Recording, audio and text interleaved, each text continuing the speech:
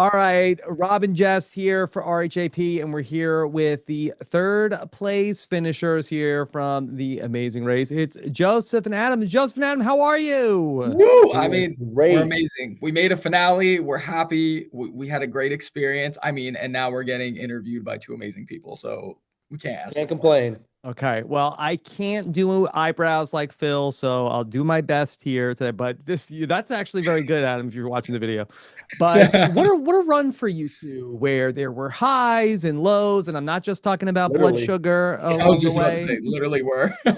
Yeah, but what a run to come in third place for you two. I'm sure that Adam, you must have gotten so much feedback from people and all sorts of people that families with people with diabetes, and so what was that like for you?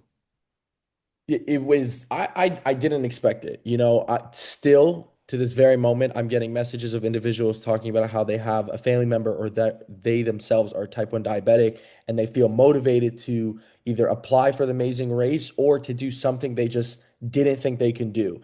And knowing that I had that type of ability to motivate someone because I was once in that position is surreal to me. And it gave me this new type of passion to constantly now use my platform to keep building and keep motivating other individuals to not put a limit on yourself like I did before going on this race.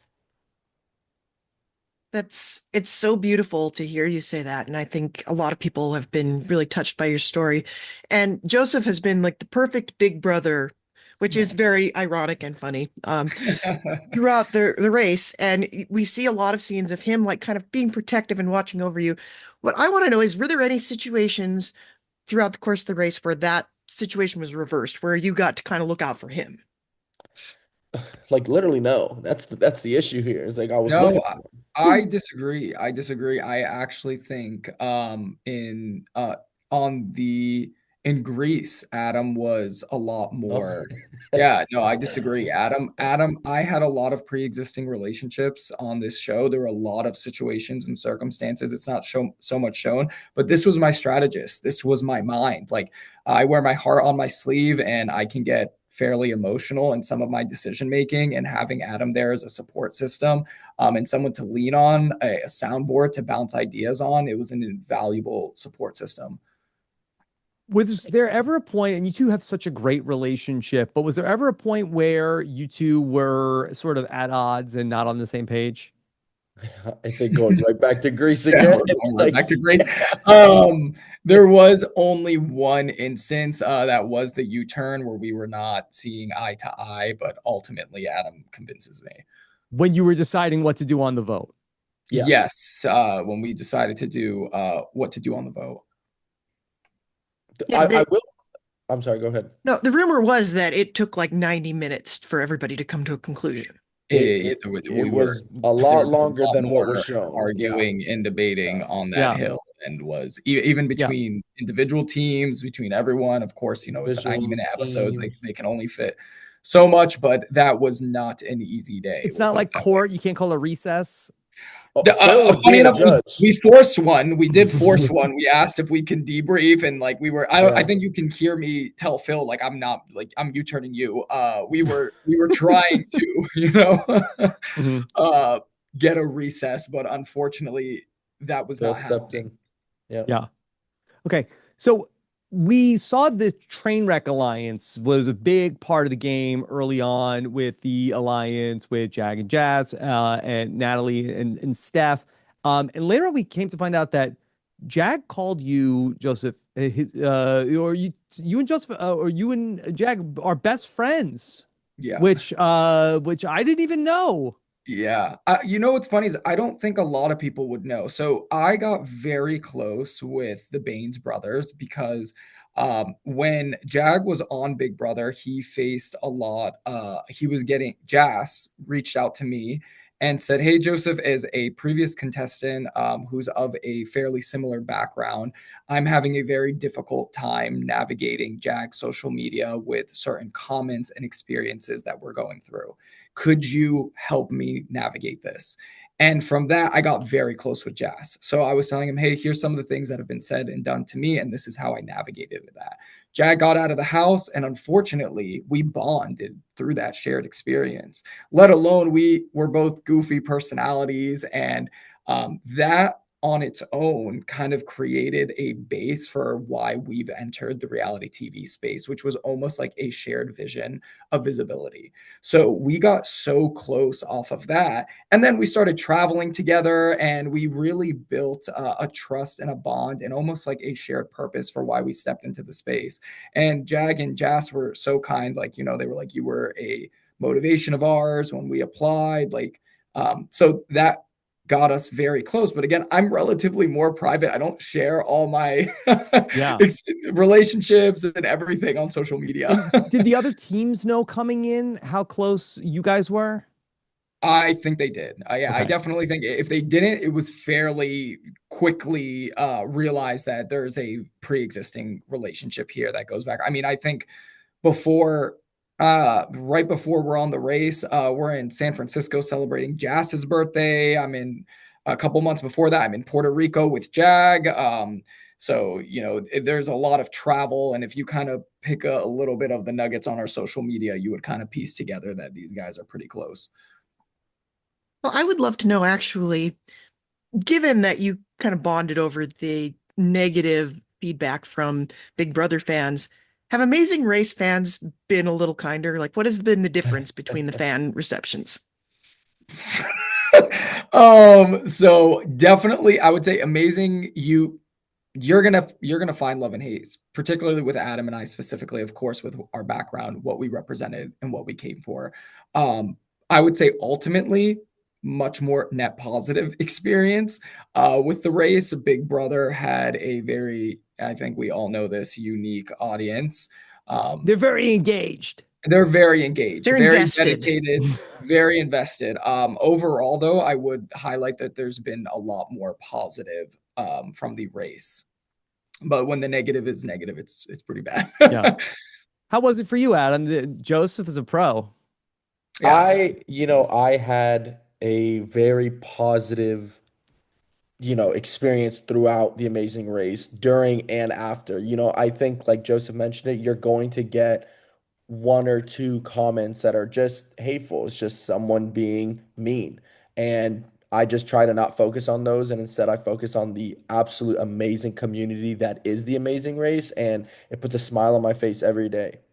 Yeah, everything Adam and I want to represent, we understand that we are stepping. I mean, even when I went on Big Brother, for the communities we want to bring attention to and what we want to do, we understand we're going to receive pushback. It's just the nature of us trying to be visible. So we don't let that get to our head. We don't let that deter our mission. Our goal is to just show everybody, we're two regular brothers like everybody else. And what we represent, the communities we come from, the foundation that's built who we are. It's something to be appreciated and not hidden or shunned or disappointed about. It's something we're very proud of. I love that you were able to bring such a great representation. I think you should be really proud of the example that you've put out on the show. Thank you I, guys.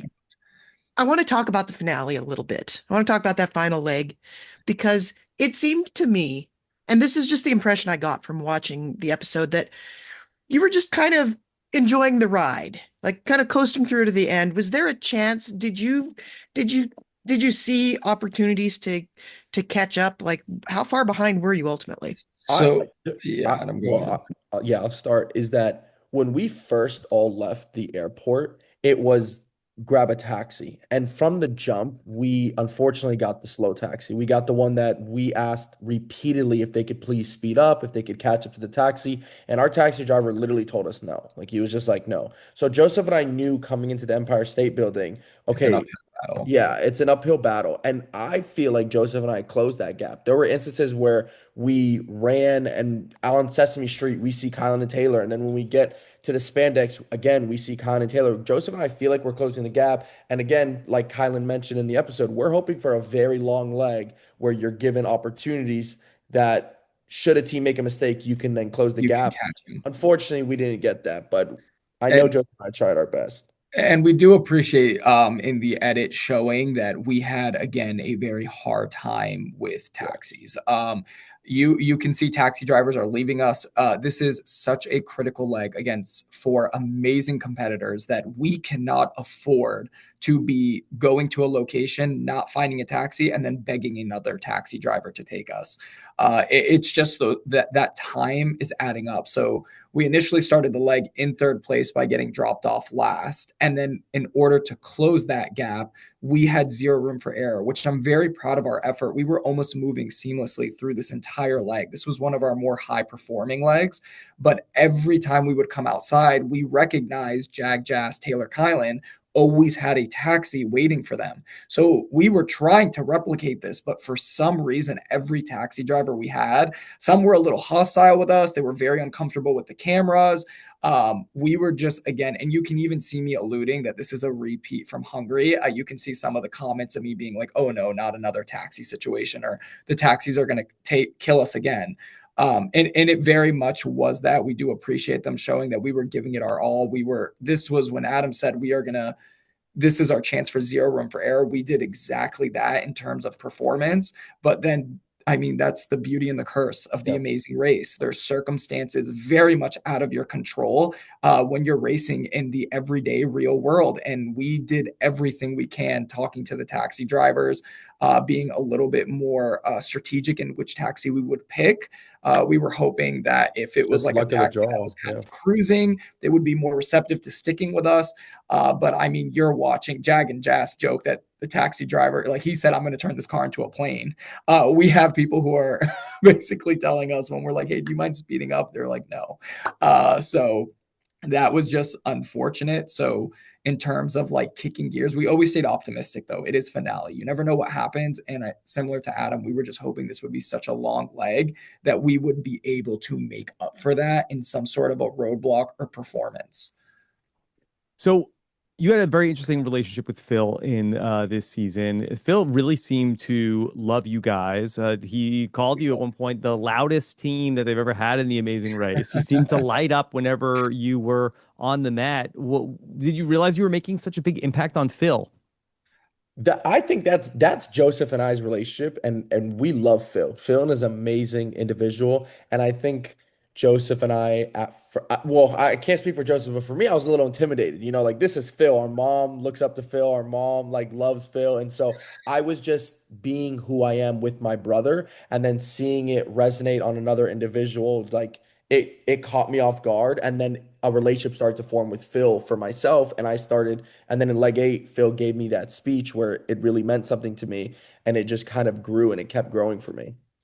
Yeah, I have to agree with Adam. Phil is that his heart and soul is in the show. I can't think of a better host because his heart, we didn't even recognize until after that maybe we're creating this bond with Phil because he cares so much about the show and its contestants that when we arrived to the mat with other teams, he just as much was invested and interested with every other team. So you don't really feel special almost to say because Phil's so genuine with everybody he's interacting with.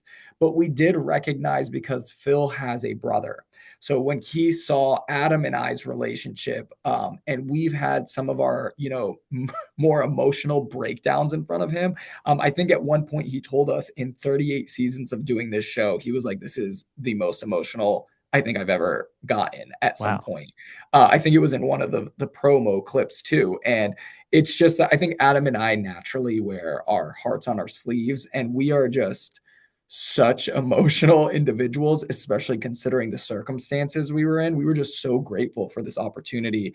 And we, as Adam mentioned, like we're the two young Arab kids like watching the show, and we never really had many people to relate to. So to think like we're said people in that moment, it's big shoes to fill. And pun intended, in front of Phil, we were like, we almost it didn't feel real. Like the whole process felt like a fever dream. So to see Phil at one point telling my brother, you can do this, you have every right to be here. How can we not, be ecstatic and loud and excited? It was just till this day, this whole He process feels created, yeah, unreal. he created a safe space every time you're around him, and I appreciate that.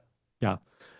I know you guys got to run. You were so fun to watch on The Amazing Race. You both are just both such great representatives of your community and as Amazing Race contestants. And it was just a joy to get to watch you two.